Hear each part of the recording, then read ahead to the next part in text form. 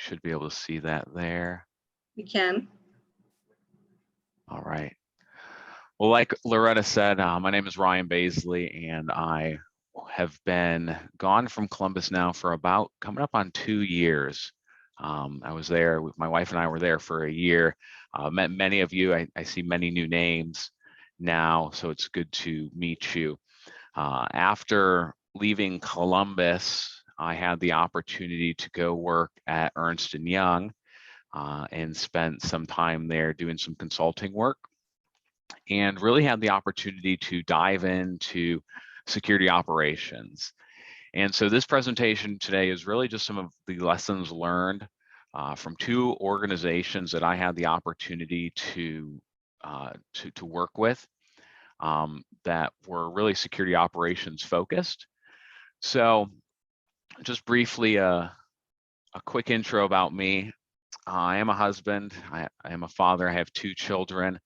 We've since had 1 since we left Columbus, and they are now, oldest is 2. He was born in Columbus there, and the newest one's about 5 months old. So like I said, I'm a consultant. I love building relationships with folks. I am a Christian, love learning. I love working with nonprofits. I am a organizer for B-Sides Greenville up in the upstate South Carolina. So prior to Columbus, we were in Greenville, and I still have strong ties there and help organize the B-Sides conference for that location. And I love to travel. Like I said, we're to actually get the opportunity to travel back down to Columbus here next week. So during my time at EY, I had the opportunity to really do a lot of great things externally, but had a great opportunity to do some awesome things for some internal learning. And one of those things was trying to identify a personal purpose statement. And so I would encourage everyone to really take the time to think about what your purpose in life is. And it really helps guide what I do, who I am, in work and personal life. And it's just, I think, a good exercise. It's not related to security operations, but I thought it would just be a value add, so to say. So I'll leave it here for you to look at. You kind of start with what you do, what you're guided by as far as a set of actions, and then you get the opportunity and you get to think about building a world and where you get to help people. At least that's what I like to do, and what my purpose is, to help people seek out new opportunities, to help people feel validated in their decision making, and to really help people consider thoughtfully on what they want and make sure that they're empowered to pursue their desires.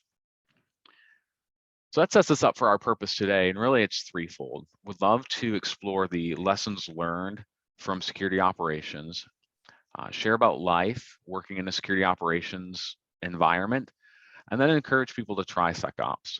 Where I am here in Chicago, there's lots of organizations. I gave this talk at the upstate ISSA chapter there in Greenville, and it's a growing security market, but there's not a lot of SOC heavy organizations there. Now, very different there from my time in Columbus, Aflac, Synovus, Global Payments / TSYS. So some of this may be, a lot of you may be familiar with some of these lessons learned, or your organizations have gone through this. But for some, it may be, a different item. So like I said, I'm going to discuss my experience at 2 organizations. They were both heavily life sciences organizations, both global in nature, pharmaceuticals, medical supplies, and both at Fortune 500 in size. So first thing we're going to talk about today is the operating model for security operations. So the first organization that I worked in and experienced security operations had a different operating model than the second that I'll share about. So the first one was a US team lead, but then they outsourced their analysts using an outsourced SOC from a leading IR provider, SOC provider, and they operated in a 24/7 model. The second was they had a US team lead, and they actually had in-sourced resources located in both central Mexico and in India. And each team in those locations had roughly 4 to 8 analysts.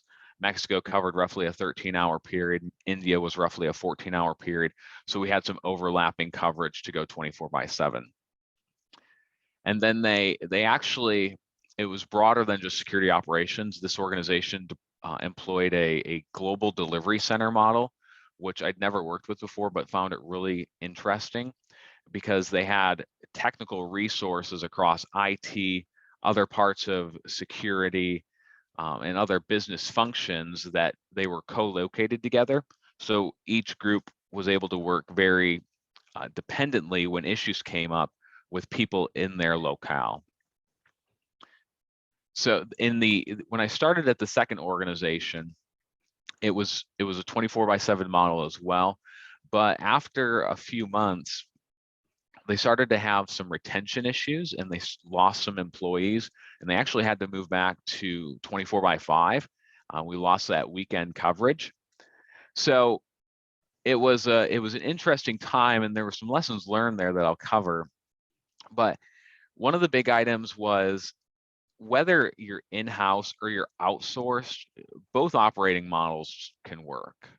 I personally felt like at least my relationship with the teams and the teams themselves, the bond was much stronger when those teams were in-house. While they were offshore, they were still employees of the organization. I felt that bond between one another was stronger. Some of the challenges that we faced were obviously that recruiting and retaining of talent. One of the big issues that, at least obviously here in the US, also abroad, is the quote going rate for talent has gone up significantly. And the second organization I worked with really faced some legacy HR challenges. They were really governed out of their locale from an HR perspective, and so pay and equity there was not where the market was in general. So people were easily moving and taking 30 to 40% pay raises, if not more. And then another thing that I was not familiar with until getting into the second organization is people in India, they actually have a 90-day notice period. And once somebody gets an offer in India and they give that 90-day notice, they begin shopping around for other offers.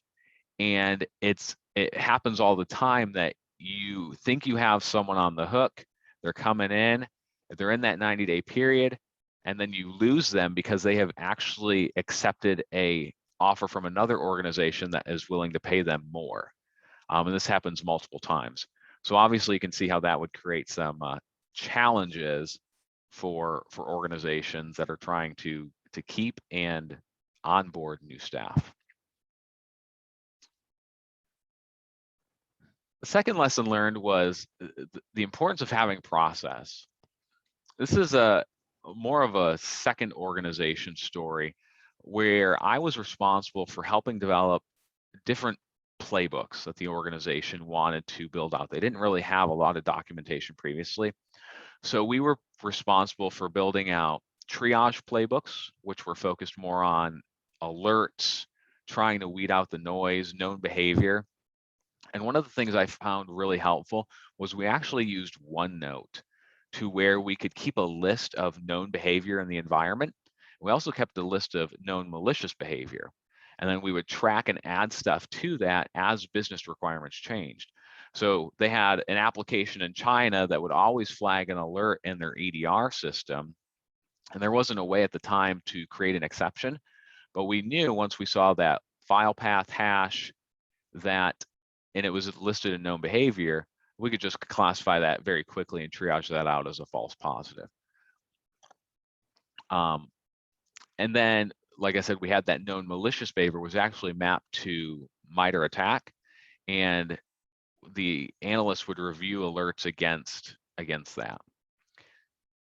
The second item we really worked to develop was investigation playbooks, and these were items focused more on deeper analysis.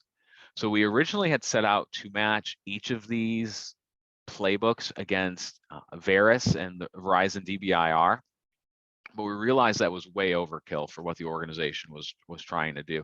And so we actually scaled that back to three playbooks that focused on malware, DDoS, and then a larger bucket of other. And some of the key questions that we tried to answer were, is it ransomware or credential theft? Has the activity been automatically blocked by a tool? Is the activity new? Is the activity spreading, or is it localized? Is the activity malicious? What's the source? And then is the threat internal, external? And so we helped try and provide analysts not a prescriptive checkbox method, but really some guidelines, and we still wanted them to leverage their gut and their intuition on how to navigate a situation, but still give them questions to answer to figure out if something really needed further investigation. The third thing we did is we actually developed some operations playbooks. So these were more tool focused, based on specific actions of a tool, maybe better titled job aids, depending on terminology you're familiar with. So we had one for a daily handoff between Mexico and India. We had one for ServiceNow on how to classify tickets, escalations, documents on metrics and reporting, non-standard software.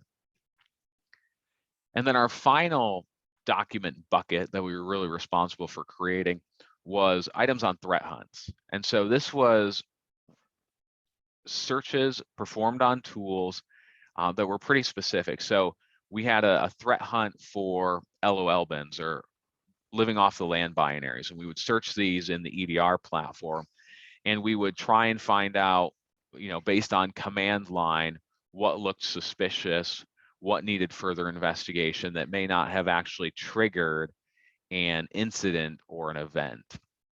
And we did an email threat hunting. We were using a platform to search for business email compromise emails. They had 3 layers of email protection, yet we would continually get mail that would bypass all layers of protection, still get delivered to people's mailbox, and still be malicious in nature. And so we would hunt through that. Then one of the items actually I learned from a colleague who came over from a retail sector, was new in our team in India a few months before I left, was the idea of an IR or a SOC cover book. And so we added this late in the engagement, and it was really an operations guide which contained the org chart, information on the tool set, a list of the documents that we had created.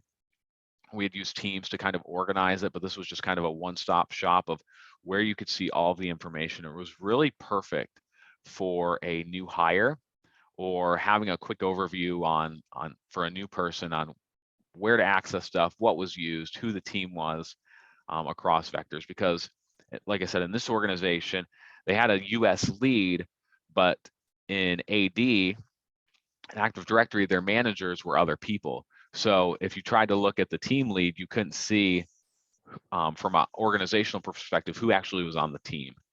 So we found this to be very helpful. So lessons learned here. I can't stress that in my opinion, you can't really document enough. People are leaving occasionally. There's new stuff happening. Documentation played a key role in keeping the team engaged, knowing what to do, when they needed to do it, and where to go for questions when the person who had all the knowledge was no longer there. You need to be very thorough.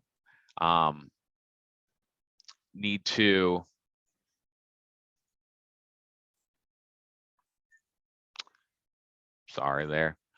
to be thorough. And then, like I said, try and think about what your new hires are going to need when they walk in the door. What can you give them on day one that sets them up to have a good overview, so where they can start poking around into things before you start throwing them into triaging and investigating incidents. Then I had a colleague, he had 3 points, and I love these. And I'll probably hold them with me forever. But when you're writing documentation, keep in mind ABC: accuracy, brevity, and clarity. And finally, some of the challenges we faced were, like I said, knowing what documents to keep, which ones to nix, and then where to actually condense and combine.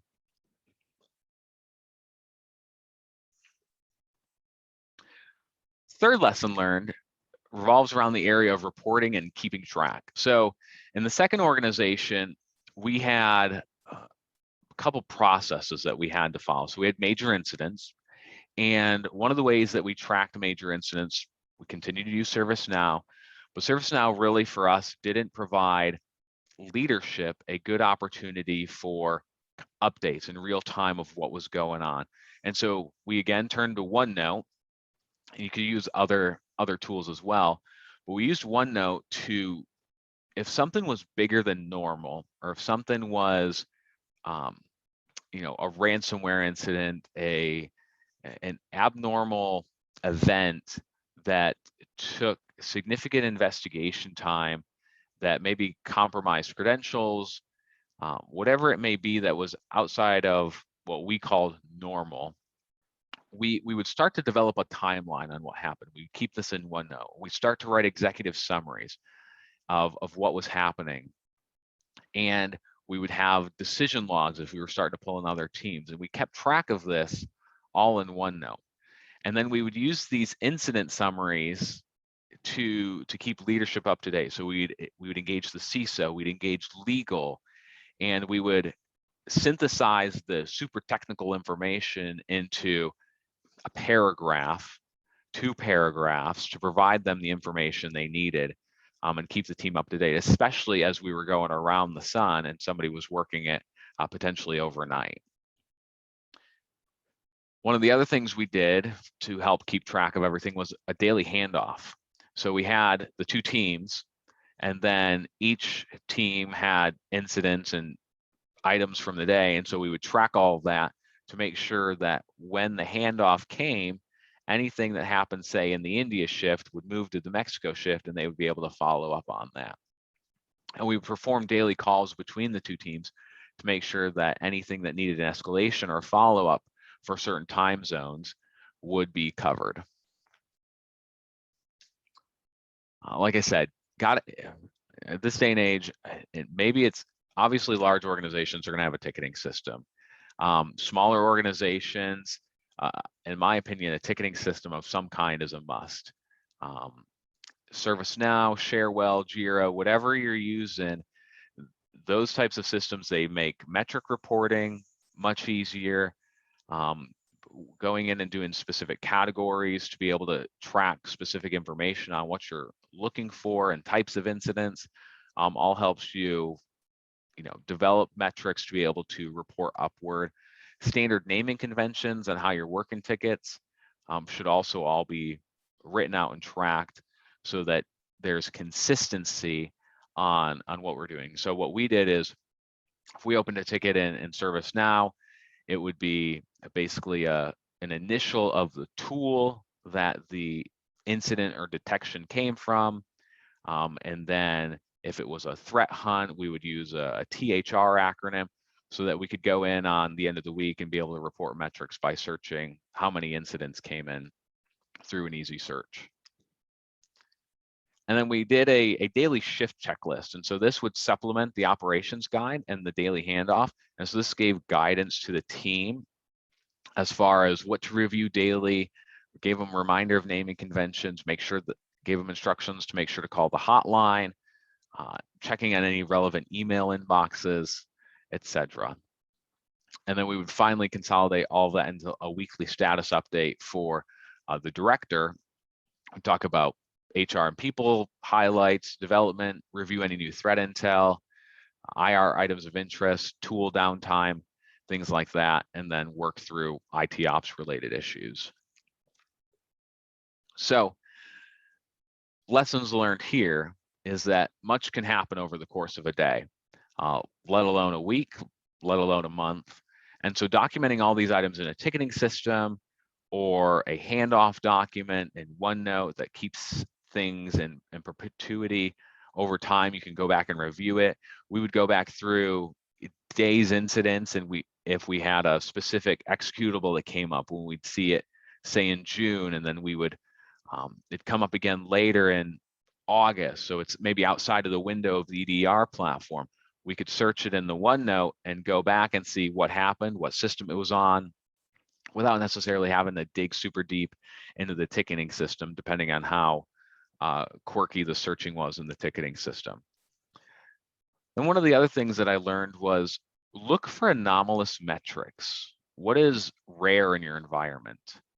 So if you're tracking number of IPs hit or number of domain names hit in a day or a week, and then you see anomalous spikes in traffic, you can go to your security teams, your IT ops teams, and try and dig into that and see what happened on particular days, to see if there was maybe some malicious activity happening, or if it was, just an abnormal day.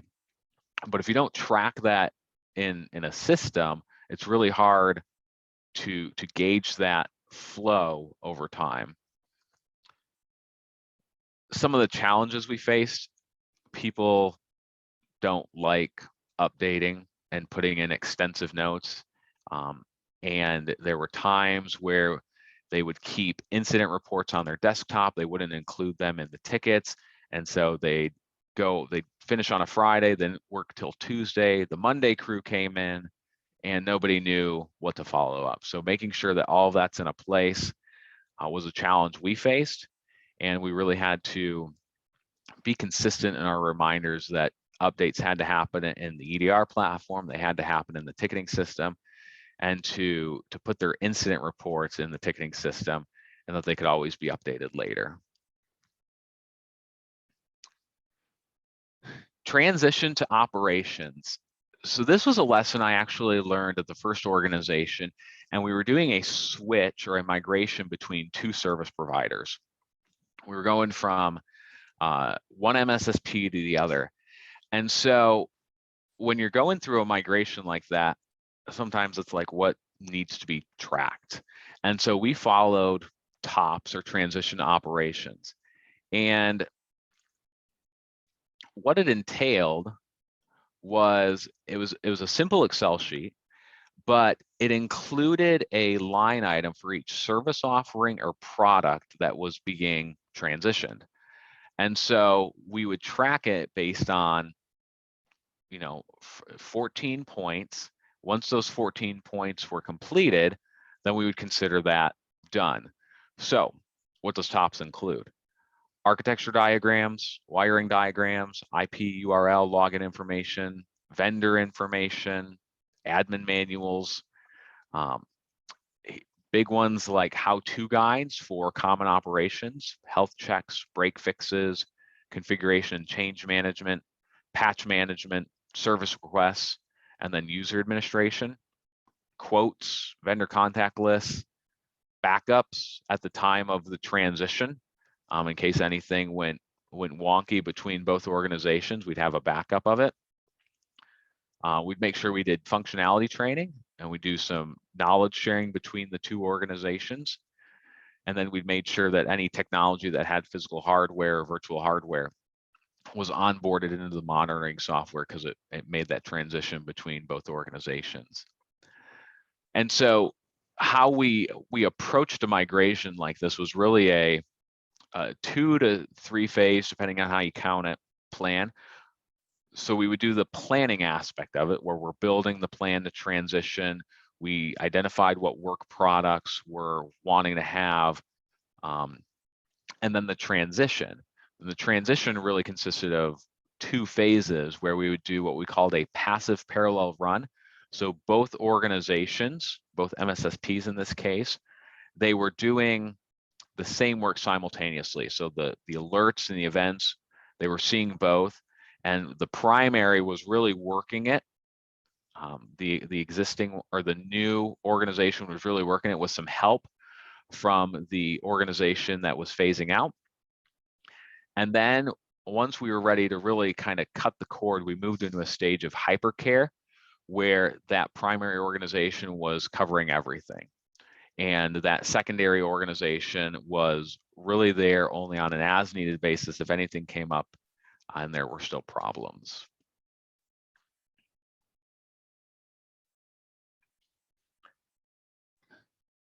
So the fifth lesson we have is to train your people. The second organization, we had the following processes, and I thought this was, we helped them develop a skills matrix for their analysts. And so it was a matrix of about 20 or so skills, and we developed a catalog, and this catalog consisted of the skills mapped to trainings, both free and paid, that the organization had from a variety of different resources, B-sides materials, DEF CON talks that were on YouTube, Linux Academy was some of the paid stuff that the organization had a subscription to. And we had someone go through and map courses out or lessons to that specific skill. And then we delivered that skills matrix and that catalog to the individuals. And we identified mandatory training that they needed to take. And then they had all this additional optional training that was possible. So skills varied from incident handling, network forensics, memory forensics, Windows and Linux systems, etc. And then they also did group team training. So big lessons learned, and this organization was really good at it when they did the team training, since everyone was really in training. The other team members covered for the day, and they really were able to devote themselves to training. I know sometimes organizations struggle with that, to where people are getting pulled in and still getting sucked back into doing the day-to-day, and they're losing out on that valuable learning time. Group team training, with taking that into consideration, takes a lot of planning, and it took a lot of planning for this organization because they spanned 3 time zones, 2 continents, and the training was delivered out of Eastern time. So the folks in India were actually working like 5 to midnight for the training. And the people in Mexico were starting at 6 o'clock in the morning to make sure that everyone was able to do the training at the same time.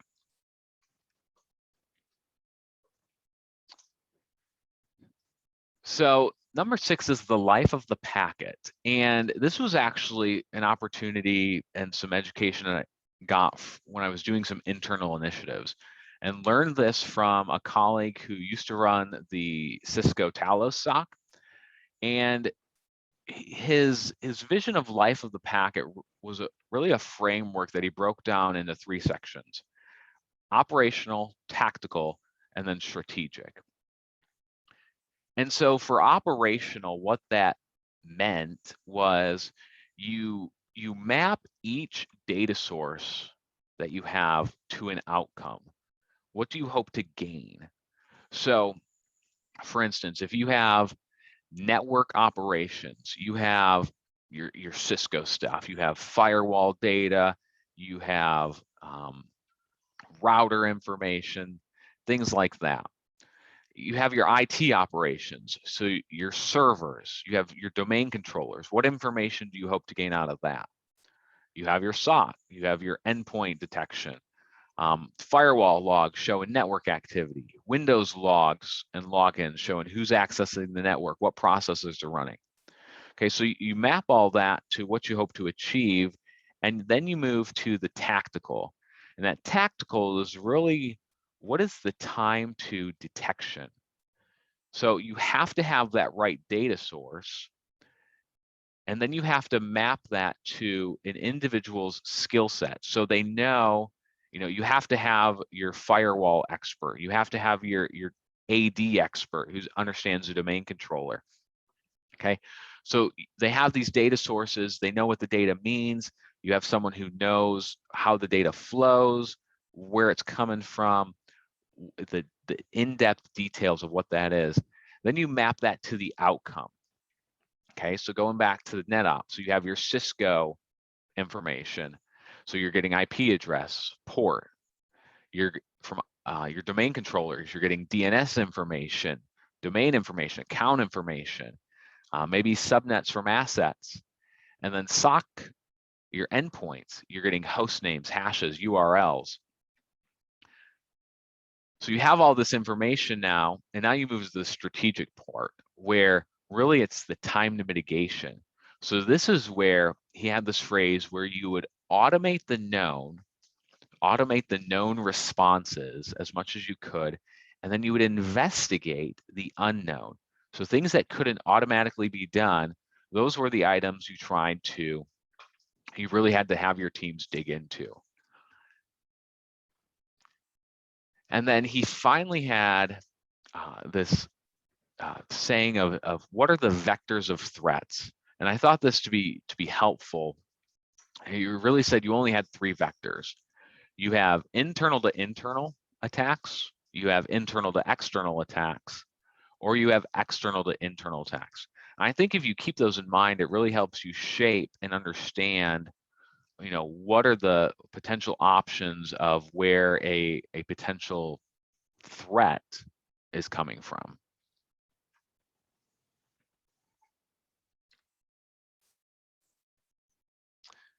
And then the final lesson we had that I learned really late in that engagement with the second organization was being introspective with the data.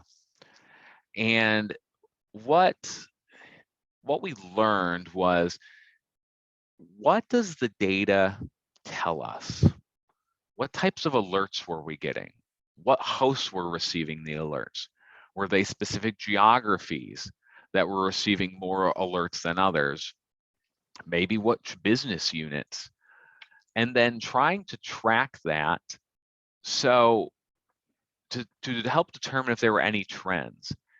And this goes back to the comment I made, I think in slide 2 or 3, about trying to understand what was rare in the environment. And so the best example we had was going back to LOL bins. What occurs the least frequently in your environment? If it's bits admin, and bits admin searching across your EDR platform never happens in your environment, and then all of a sudden it pops up. Why? If it occurs, you're searching, you're watching. Those are the types of things you want to maybe trigger custom alerts on to have your analysts investigate. PowerShell is going to happen all the time, but maybe you can fine tune that alert to be watching specific base64 encoded strings. A lot of times we think, oh, base64 is bad. Well, there are legitimate reasons an administrator may be using it, but if you're watching, we would actually take the base64 encoded string, and once we knew what it was, we would track that. And when we saw an anomalous string, we would then go through the process of trying to decode it to see if it was doing abnormal or anomalous behavior. What IPs are uncommon? What domain names are uncommon? You can do, look at lengths of domain names. If you're look at the beginning of domain names to see how long they are. If you have some that are 1,000 characters long, why is that? What is potentially happening in a scenario like that? So lessons learned here was document the alerts, document the types, document your threat intel, and then challenges faced here. Finding what's rare can be really hard in a large environment. And especially if you don't have a good baseline or know what's good or what's bad. Like I said, I mentioned the comment about base64 encoded PowerShell strings. One of the ones that we would look for fairly frequently is the use of invoke expression, or IEX, in the environment in the command line. Those were typically always malicious in nature. And some of them we would look for the character string of string. Working with our red teamer at the organization, he said if you see string, that's maybe something you want to look at. And then one final one that we looked at and learned about during my time there was the use of run DLL 32. Look for command lines with start or space start. And if you see a run DLL with start or space start, that what follows that afterward actually is maybe a DLL or a program that gets run in memory or on the system that could potentially be malicious. And sometimes the EDR platform, if you have it, will catch that. Sometimes you have to hunt for those and see what exactly is happening preceding or following a comment like that. So with that, I don't have anything else. Open to any questions you may have. Again, I appreciate the opportunity to share some of the lessons I've learned in about my 2 years there working in security operations across 2 different organizations. Hopefully you found something interesting in there. Maybe learn something new for your organization to take back. And again, open to any questions.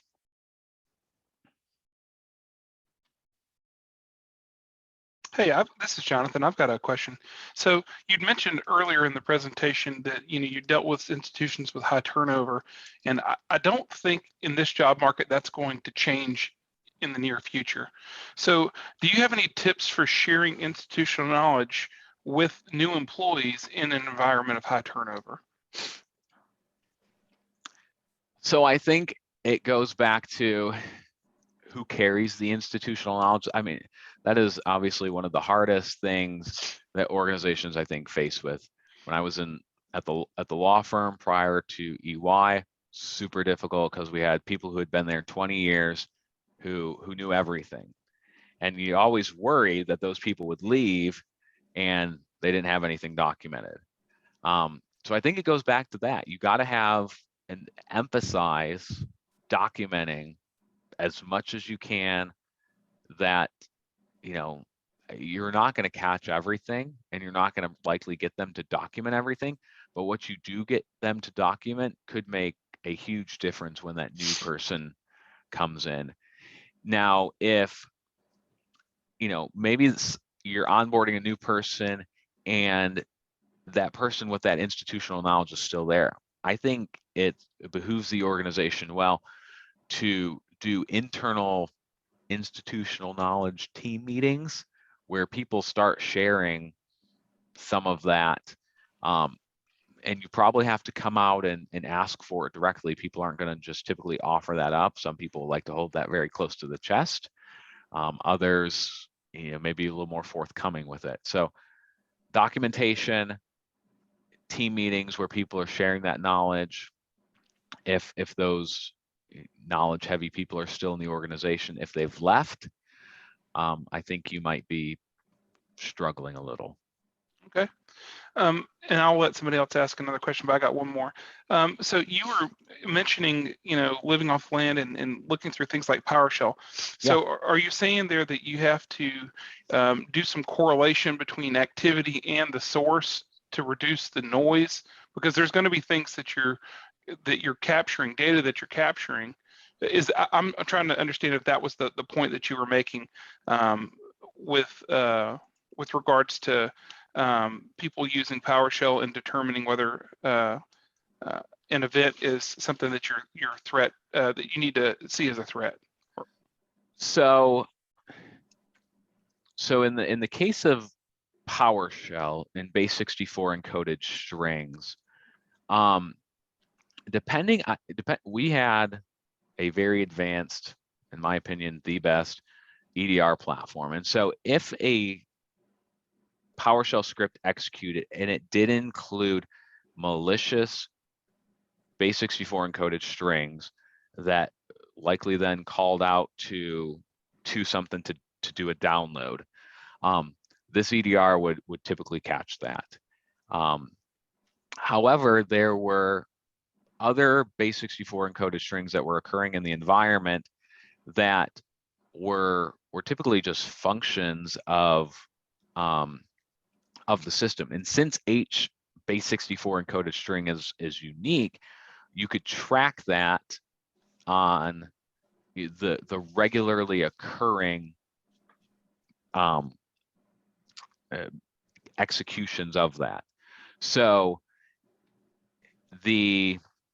and we would track those in a OneNote. And if you were hunting through PowerShell looking for base 64 encoded strings, you would become very familiar with, the first 6 or 8 characters of that string, and you would just kind of go through and look for ones that stood out.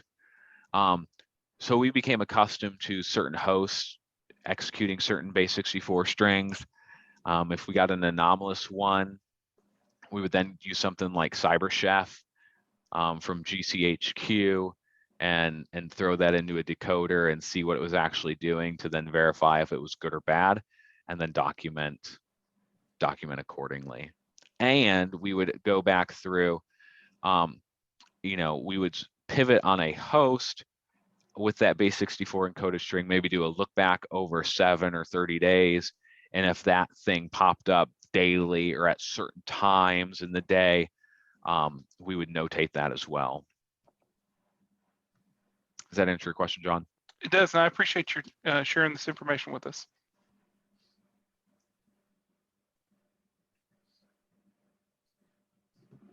Anybody else?